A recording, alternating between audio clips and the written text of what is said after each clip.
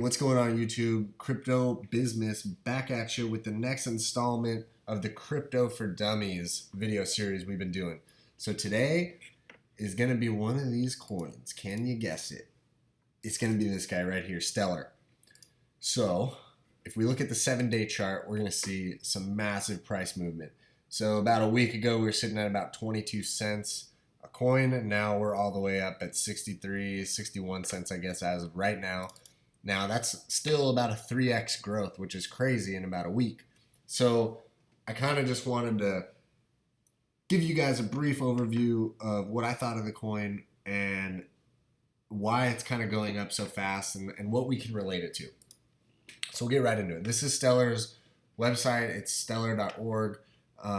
Basically, Stellar is a distributed hybrid blockchain that is fully open source. It is infrastructure that exists to facilitate cross-asset transfer of value, including payments. So with just one integration into the Stellar network, you will join an open global financial network where all actors, be they people, payment networks, or banks, have equal access and economic participation. So as you can see down here, you scroll down a little bit, they're kind of focusing on remittances, micropayments, mobile branches, mobile money, service for the underbanked. If you just read this portion, you would sort of look at me and say, yo, isn't that very similar to another coin in the top 10, aka Ripple number 2? And you'd be completely right. So basically, Ripple forked a long time ago. I think it was like 2014 when Stellar forked off of Ripple. And so this is Ripple and Stellar are very, very similar. And to me, there's two fundamental main differences, but I'll go over the basics just in case you don't know anything about Ripple. So Stellar or Stellar Lumens, basically they use cryptocurrencies to do fast transactions for very low fees. They boast a 3 to 5 second transaction time. They do thousands of transactions per second, which is much faster than Bitcoin. It's much cheaper than Bitcoin and a lot of these other cryptocurrencies.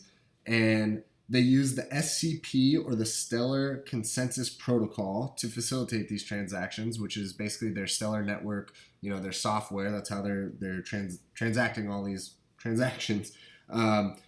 So, like I said, they're very similar to Ripple, and Ripple does pretty much the same thing, where I feel that Ripple sort of focuses more on these mega corporations, whereas Stellar is more focusing on the masses. Also, something to note is Stellar is not mineable. Unlike most of these cryptocurrencies up here, you can either mine or you can stake these.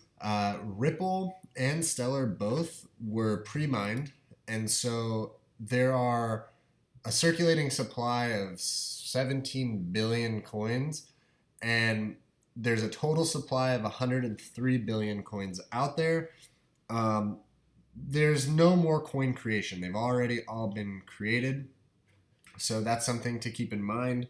And then one more quick note is IBM is actually using the Stellar network, and that is something pretty big, right? So if you look at these cryptocurrencies, there's not many cryptocurrencies on here that can name, big Fortune 500 companies that are using them. So I think that's a big plus. It's not like a game breaker where you have to have a Fortune 500 company using your coin, but it doesn't hurt, right? So with Ripple, I know they have a bunch of big banks using their coin, and I think that's a good thing. So one thing that I wanted to note was Ripple has a market cap of about 102 billion, and Stellar is only sitting at about 11 billion. So why is there such a big discrepancy if they're so similar? So in short, the use cases for Ripple, or XRP, surround profit-generating payment processing solutions for banks, acquirers, and international corporations. While I believe that XLM focuses on more of a nonprofit distribution of wealth to the masses on an international level. So to me, Ripple is more about saving costs and increasing efficiency, where Stellar is more about increasing access to funds to a ton of people. And it kind of shows on their website where they're sort of services for the underbanked. They're looking at mobile money. They're looking at remittances. They're looking at things that Ripple sort of doesn't care about. Now, why is the market cap so far off from each other? Now, my belief personally is that Ripple it's not lucky, but they're in the right market for early adoption, right? These banks are the first people who are going to get scared about cryptocurrency, right?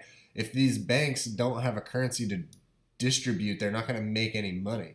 So I believe that by Ripple positioning themselves in the market early for the banks and getting in there, it really drove their price high, and I think that's a great thing. I'm not knocking Ripple at all.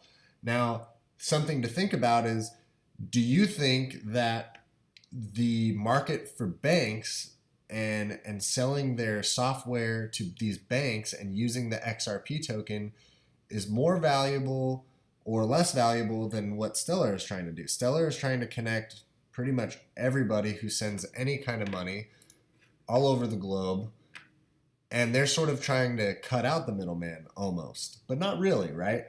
So what's a bigger market? I don't know. They're very similar coins. They have a very similar sort of, I don't know, mission statement, but they're also a little bit different. So that's kind of why I wanted to give this video. I already did one on Ripple, so if you haven't checked that one out, check that out. And then kind of leave a comment. Let me know if I miss anything, and let me know if I'm kind of spot on, or do you guys think that the market cap should be this far off?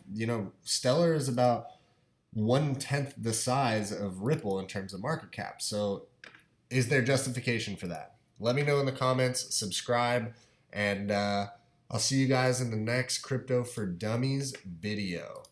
With that, I'm out.